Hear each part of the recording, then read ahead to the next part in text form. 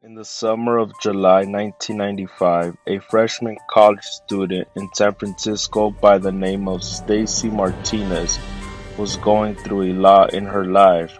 Her parents had just divorced, and so Stacey was very vulnerable and was going through depression while still trying to keep good grades in school and balancing her domestic issues at home with her struggling mom.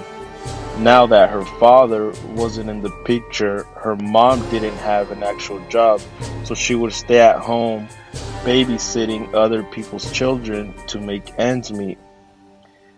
Her three other kids, along with Stacy, who was age 18 years of age, and Stacy's younger siblings, whom of which were the age of 5, 9, and 13 years of age.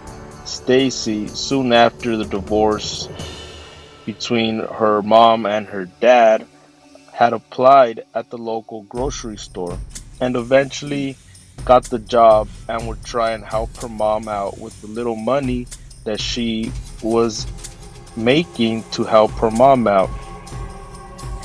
And Stacy never really had time to go out and hang out with her friends.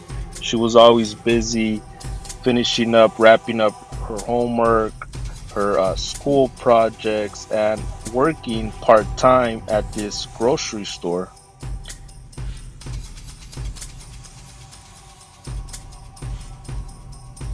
She was never the type of person to go out to parties, clubs, or events or hanging out with her friends because she was always at home, working, or in school.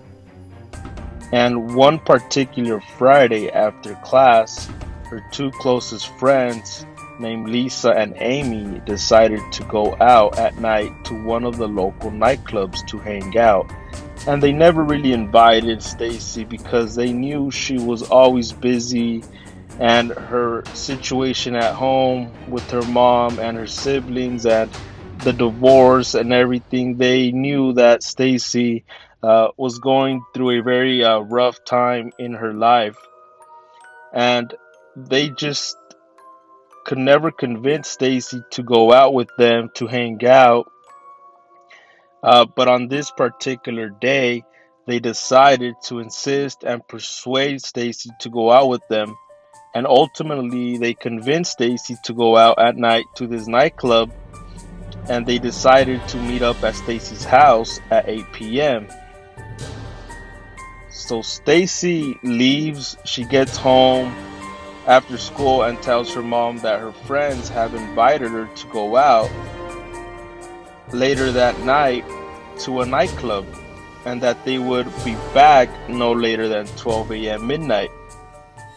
Her mom kind of had a face of concern for her daughter since she knew that Stacy wasn't the type of girl to go out to parties or nightclubs, but she just gave Stacy a smile and kind of said like, well, okay.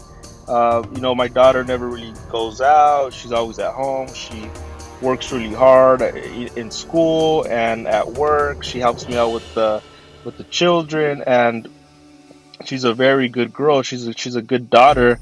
So I'm gonna give her the opportunity to hang out with their friends. Something that Stacy is not really used to. She never goes out, and so her mom smiles and just gives Stacy a hug and tells her to enjoy her youth and that she's been going through a lot with her situation of her and her dad's divorce, and she thanks her for helping her with the younger siblings. And so at 8 p.m., when 8 p.m. hits the clock and Stacy's friends Lisa and Amy show up, they're ready to go. They're wearing their dress, their makeup, their hair is nicely done for the nightclub, and they're happy, smiling, laughing, joking around. And but Stacy still isn't ready. Stacy is upstairs in her bedroom, still getting ready, putting on her makeup, and she's trying to figure out what she's going to wear because remember, Stacy isn't used to going out and hanging out, so she's always wearing either her work uniform or her daily clothes that she uses to go to school. And at around 8:45 p.m., the girls are all ready to go, and Stacy says goodbye to her three siblings and hugs and gives her mom a kiss on the cheek. They proceed to walk out the door and hop in the car, but before they proceed towards heading to this nightclub, they head over to one of Lisa's friends' apartment to buy some weed off this friend, and this friend was basically, the plug of the neighborhood, kind of the guy that everyone went to buy cannabis. And so they decided to go there to buy some marijuana off this friend of Lisa's. The girls get the weed and they start rolling the blunt and start smoking before heading to the nightclub. They soon drive off into the night and arrive to the nightclub at approximately 10:30 p.m. They go inside the nightclub and Stacy is very shy and not really the social type. The music's loud, the walls are banging and vibrating from the loud music. The room is covered in smoke and people are singing to the music and dancing, just having a great time. It's completely dark inside. Only the party lights that they use to decorate and give nightclubs that ambient feel are the only things kind of lighting up inside this dark nightclub. Stacy and her friends Lisa and Amy immediately walk over to the bar and buy some drinks. They get their drinks and are just sitting down at one of the tables, but then Stacy starts to feel claustrophobic. She's not used to being around a lot of people. Remember, she's always at home or in school or at her part-time job at the grocery store. Stacy tells her friends Lisa and Amy that she's gonna head outside for a little bit to grab some fresh air. As soon as she walks out of the front door, she makes her way out and she notices a very handsome man outside dressed all in black, and he's wearing a dress hat. And this man is just sitting there smoking a cigarette, and Stacy is just in awe. She can't keep her eyes away from this man. And he's just sitting there minding his own business. And Stacy just she can't really get what this guy is really doing there just by himself. She finds it kind of odd.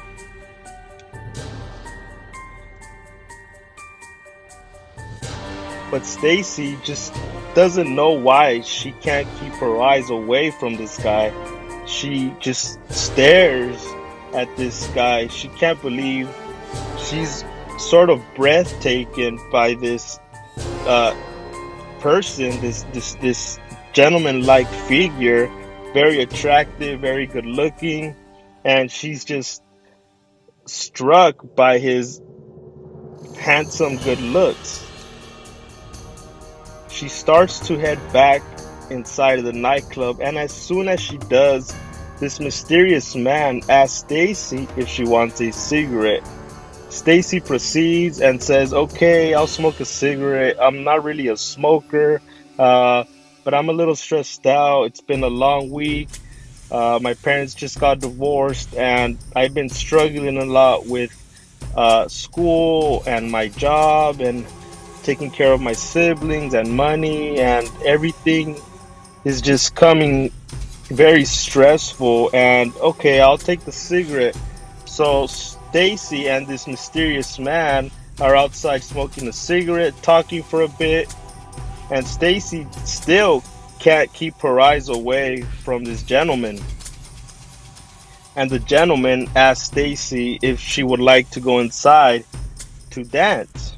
And Stacy says, "Okay, yeah." And remember, she's very stricken by this person, this guy's mysterious look. He's very attractive, very handsome, and he has gotten to be one of the most handsome guys that she has ever seen. So the two go inside of the nightclub and they start dancing, and a few songs play. Stacey's having a great time, but this man isn't really talking. He's very quiet, and Stacey finds it kind of odd. She starts feeling kind of odd and starts noticing that this man is floating with her in midair. And everyone in the nightclub notices that Stacey is about 5 feet off the ground, floating in the air with this mysterious person, this mysterious, handsome guy that no one has ever seen before. And Stacey is in midair, floating around, dancing with this guy. And Stacey starts yelling, and the people in the crowd in the nightclub start noticing marks and claw marks and scratches on her back. And Stacey can't stop yelling for help, and immediately the lights turn off and everyone is just yelling for help. Everybody's trying to call 911, calling the manager, and they're trying to help Stacey out, trying to figure out what's going on. And as soon as the lights turn off, a few seconds after, the lights turn back on and Stacey's on the ground crying, throbbing in tears. She can't believe what just happened to her. And this mysterious guy is gone. He disappears. No one knows who he was, where he came from, what his name was. They couldn't even see his face because it was so dark in there. And they asked Stacey, her friends, Lisa and Amy, asked her, Stacey, who was this gentleman? Who was that guy you were dancing with? She tells them, I don't know. I grabbed a cigarette from him outside when I went to go grab some fresh air, and he invited me to dance, but I don't know who he was. I didn't get a chance to ask him for his name or anything. And they called the police. The police arrived on scene, and they couldn't figure out who this person was. They had no records. They did a thorough investigation of her back. They couldn't figure out where the marks came from, if they were from a human, if this gentleman scratched her. What was it? Was it something abnormal? They couldn't figure out what it was. So everything was just really strange. Everything happened so quick. And investigators took several days and weeks trying to investigate what happened and who this guy was, this gentleman, this very handsome gentleman dressed in black.